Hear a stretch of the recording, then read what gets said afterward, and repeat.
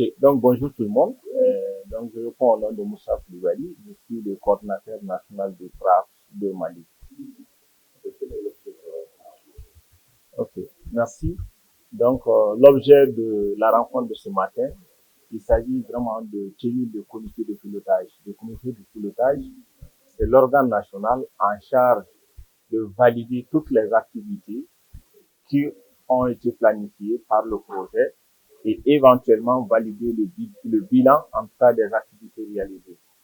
Donc aujourd'hui, il s'agit vraiment de valider déjà un bilan provisoire, parce que c'est un bilan provisoire, le plan d'action, sinon c'est de janvier à décembre.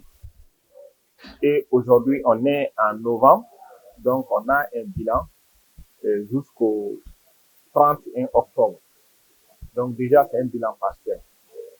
Donc je peux dire déjà, ce bilan partiel, il est très satisfaisant, parce que sur un budget de plus de 12 milliards, nous avons à peu près 9 milliards de réalisations, soit un taux de 72%, et qui sera amélioré aussi, parce que d'ici la fin de l'année, compte tenu des activités déjà en cours, nous comptons atteindre minimum les 95% de réalisation financière du projet. Nous sommes à la 3e année du projet, sur les 3 ans. D'ailleurs, c'est 2 ans de réalisation, parce que nous avons eu quand même plus de 9 mois de préparation. Donc, nous avons 2 mois d'exécution pratique et nous sommes à 58% de décaissement du coût total du projet sur une durée de 6 ans. Cela veut dire que si vous voyez, d'ici 1 année ou 2 ans, pratiquement, nous aurons à décaisser presque la totalité, en tout cas du budget du projet, à part peut-être le fonctionnement.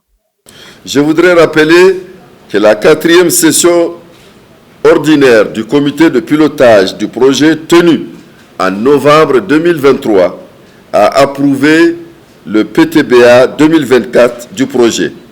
Le dit PTBA, au cours de sa mise en œuvre, a subi une révision lors d'une session extraordinaire tenue le 8 août 2024 pour prendre en compte l'intégration des activités du panel M le 28 juin 2024. Mesdames et messieurs, je voudrais rappeler que le projet est à sa 3e année de mise en œuvre avec 9 mois de suspension de décaissement de la Banque mondiale à son démarrage.